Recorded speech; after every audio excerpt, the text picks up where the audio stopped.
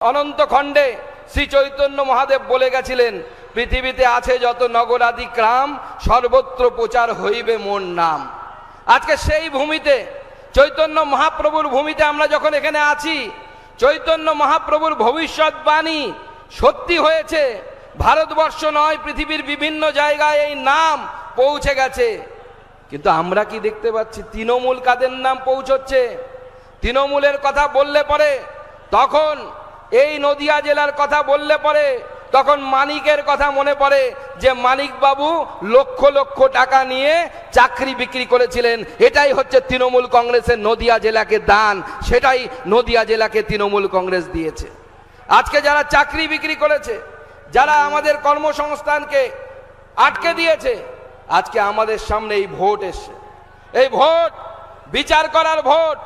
এই ভোট কোনো একজনকে মুখ্যমন্ত্রী বানাবেন বা মুখ্যমন্ত্রী থেকে সরিয়ে দেবেন তার জন্য ভোট নয়। আপনার এই ভোট ঠিক করবে আগামী দিনে আপনি এই পশ্চিমবঙ্গের মাটিতে হরিনাম নিতে পারবেন কি পারবেন না। এই ভোট ঠিক করবে আপনার গলায় কাঠের মালা থাকবে কি থাকবে না। এই ভোট ঠিক করবে আপনি রাধে রাধে বলতে পারবেন কি পারবেন না। এই ভোট সেটা ঠিক করবে, সেটা আপনাদেরকে সিদ্ধান্ত নিতে হবে। কি রাধে রাধে বলতে চান? গলায় কাঠের মালা রাখতে চান ভবিষ্যতের জন্য? চান ছেলেমেয়েরা হরিনাম করুক? চান সেটা?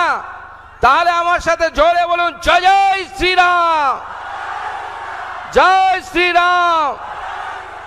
যারা হরিনাম বন্ধ করে দিতে চায়, নবদ্বীপে চৈতন্য মহাপ্রভুর সময় একদল কাজী এসেছিল।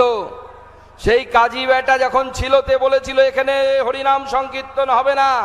চৈতন্য মহাপ্রভু হরিনাম সংকীর্তন করে দেখিয়েছিলেন তাদের বুকের উপরে। কাজী চলে গেছে, এখন পাজি পশ্চিমবঙ্গে এসে বসেছে। তার বুকের নামে আমরা হরিনাম করব, তার মুখের সামনে আমরা রাম নাম নেব। দেখি কত বড় দম আছে, কত বড় বাপের বেটা হয়েছো। আমাদের রাম নাম বন্ধ করে দেখাও, আমাদের হরিনাম বন্ধ করে দেখাও, আমরা সেটা দেখতে চাই। সে ক্ষমতা তৃণমূল কংগ্রেসের নেই। তাই মানিক ভট্টাচার্য যখন চুরি করে, তখন তৃণমূল কংগ্রেসের দম থাকে না তাকে সাসপেন্ড করার জন্য, তাকে দল থেকে সরানোর জন্য। তাই মমতা বন্দ্যোপাধ্যায় এবং তার ভাইপো বুঝে গেছে যে আগামী দিন সময় ভালো আসছে না। এখন তাই দিদিমণি গান করছেন, হরি হে দিন তো গেল, সন্ধ্যা হলো, পার করো আমারে। পার করবে, পার করবে, বিজেপি পার করবে আর জনগণ পার করবে। জনগণের একটা ভোট এইবার তৃণমূল কংগ্রেসকে এখান থেকে সাবার করবে। আমাদের রাজ্য সভাপতি বলেছেন, এবারের নির্বাচন তৃণমূলের, এবারে নির্বাচন। তবে আমাদেরকে সাবধান থাকতে হবে, সাধু সাবধান। যারা তৃণমূল কংগ্রেস বিরোধী ভোট ভাগ করছে তাদেরকে চিনে রাখুন। দুটো তথ্য আপনাদেরকে দিয়ে যাচ্ছি। 21 সালে আসানসোলের পাণ্ডবেশ্বর বিধানসভা মাত্র আমরা 3000 ভোটে হেরেছিলাম। রানীগঞ্জ বিধানসভা মাত্র 4000 ভোটে হেরেছিলাম। আর সিপিএম ভোট পেয়েছিল পাণ্ডবেশ্বরে যথাক্রমে 12,000, রানীগঞ্জে 21,000। তাই যারা সিপিএম কে ভোট দেন সেই সমস্ত বন্ধুদেরকে বলছি, সিপিএম এ ভোট দেয়া মানে প্রকারান্তরে তৃণমূলকেই ভোট দেয়া। তাই যদি সিপিএম কে ভোট দিতে হয়, তার থেকে ভালো তৃণমূলকে ভোট দিন। আর যদি সঠিক পরিবর্তন চান, তাহলে নরেন্দ্র মোদীর পদ্মফুলকে ভোট দিন। সেই পদ্মফুলে ভোট দিয়ে বিজেপিকে জয়যুক্ত করুন, সেই আহ্বান আপনাদের সামনে জানায়। বন্ধুগণ, আপনাদের জেলাতে এখন লিস্ট বেরিয়েছে, আপনারা কেউ বিভ্রান্ত হবেন না। কারো নাম হয়তো ডিলিটের তালিকায় চলে গেছেন।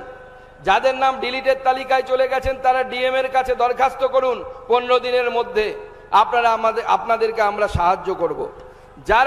যাদের নাম চিন্তা ভাবনার মধ্যে আছে, অর্থাৎ যাদের নাম লটকে আছে, সেই নামগুলো তারাও আমাদের কর্মীদের সাথে যোগাযোগ রাখুন।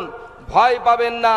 সমস্ত হিন্দু উদ্বাস্তু যারা আছেন তাদেরকে বলছি, আপনারা মমতা বন্দ্যোপাধ্যায়ের কথা হয়তো অনেকেই শুনেছেন। সে সময় মমতা বন্দ্যোপাধ্যায় ওই সময় বলেছিলেন, আপনারা সবাই নাগরিক, কাউকে সিএতে অ্যাপ্লাই করতে হবে না। আজকে সিএতে অ্যাপ্লাই না করার জন্য দেখুন মানুষকে কত ভুগতে হচ্ছে। তাই যাদের নাম, যারা উদ্বাস্তু পরিবারের, যাদের নাম কাটা গেছে তারা একত্রিত হন, মমতা বন্দ্যোপাধ্যায় তৃণমূল কংগ্রেসের কাছে প্রশ্ন করুন। মুখ্যমন্ত্রী বলেছিলেন সিএতে অ্যাপ্লাই করার প্রয়োজন নেই, আমরা করিনি, এখন আপনাদের জন্য বিপদে পড়ছি, তার উত্তর মমতা বন্দ্যোপাধ্যায়কে দিতে হবে। আর যদি সাহস থাকে চলুন একসাথে জড়ো হন, যারা মমতা বন্দ্যোপাধ্যায়ের কথায়, যারা সিএতে অ্যাপ্লাই করেননি, আমি সকলকে নিয়ে একসাথে মমতা বন্দ্যোপাধ্যায়ের বাড়িতে যাব আর বলবো দিদি আপনি জবাব দিন কেন সিএতে আপনারা অ্যাপ্লাই করেননি।